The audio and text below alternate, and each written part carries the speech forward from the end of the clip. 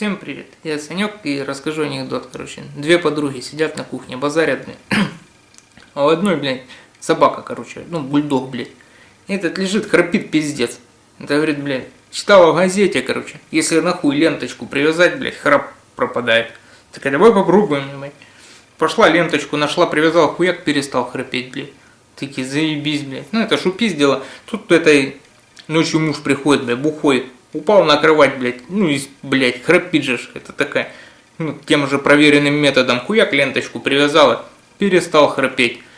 Мужик утром просыпается, смотрит такой, да, Рекс, не знаю, где мы с тобой вчера были, но призовые места были наши точно.